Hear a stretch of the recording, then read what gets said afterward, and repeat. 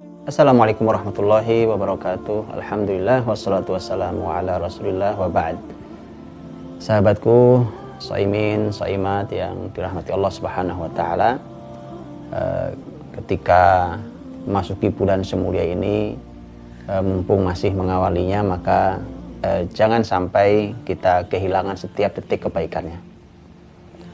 Masjid adalah merupakan sebuah tempat yang paling mulia di muka bumi ini. Dan mari kita lihat, ternyata Masjid Nabawi, masjid yang dibangun oleh Nabi SAW dan bersama para sahabatnya saat membangunnya itu adalah salah satu masjid yang paling mulia di muka bumi ini.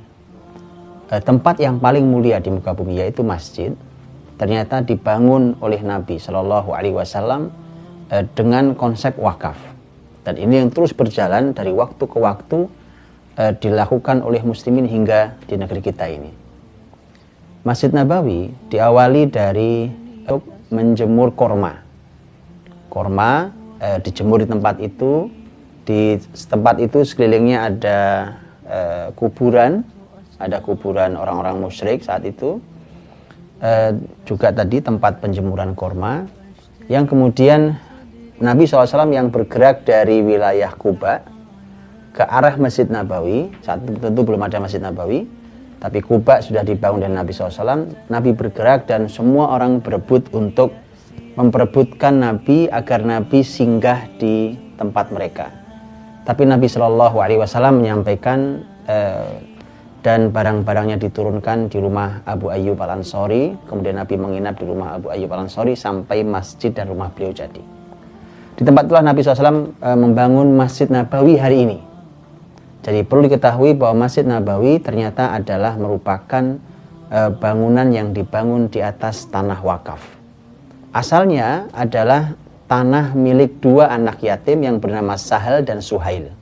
Ini dua anak yatim yang Nabi bertanya bahwa ini tanah milik siapa. Dikatakan bahwa ini milik dua anak yatim. Kemudian kata Nabi, saya beli tanah ini untuk membangun masjid. Mereka mengatakan, tidak ya Rasulullah, kami hadiahkan saja. Kata Nabi, tidak, saya tetap membelinya. Maka dibeli oleh Nabi SAW tanah itu, dan kemudian oleh Nabi dibangunkan masjid di atasnya. Dan kemudian setelah dibangun di atasnya, kemudian statusnya adalah status wakaf dan di tempat ibadah muslimin.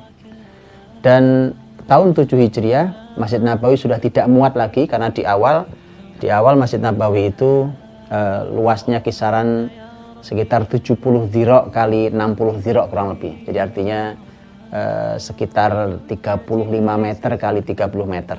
Awalnya tahun 7 Hijriah, artinya 7 tahun setelah pembangunan pertama itu, jumlah muslimin terus bertambah dan Masjid Nabawi semakin tidak muat, maka dibuatkan perluasan. Perluasannya dibuat tambahan 20 dhira, panjangnya, lebarnya juga 20 dhira. Jadi artinya menjadi lebih panjang, sekitar 10 meter kurang lebih. Jadi artinya ukurannya menjadi 40-an meter kali 40 meter. Dan inilah yang kemudian menjadi Masjid Nabawi sampai Nabi SAW wafat. Dan itu tempatnya adalah tempat dengan status wakaf. Dan itulah mengapa sampai hari ini Masjid Nabawi adalah contoh wakaf yang sangat besar. Yaitu masjid yang didirikan di atas tanah wakaf. Dan itulah yang menjadi contoh untuk para pemimpin, untuk masyarakat muslim di negeri manapun mereka, ketika mereka membangun masjid, tempat yang paling mulia untuk beribadah itu, kemudian itu yang dipakai oleh muslimin untuk beribadah dan dibangun di atas tanah wakaf. Termasuk di negeri kita ini. Di negeri kita ini, masjid-masjid besar berdiri luar biasa, dan itu dibangun atas kebaikan muslimin yang mewakafkan tanahnya dan dibangun di atasnya masjid untuk dijadikan sebagai tempat beribadah. Jadi ternyata tempat terbaik di muka bumi, yaitu masjid, dibangun di atas konsep tanah yang terbaik, yaitu tanah yang diwakafkan. Wallahu ta'ala bishawab. Assalamualaikum warahmatullahi wabarakatuh.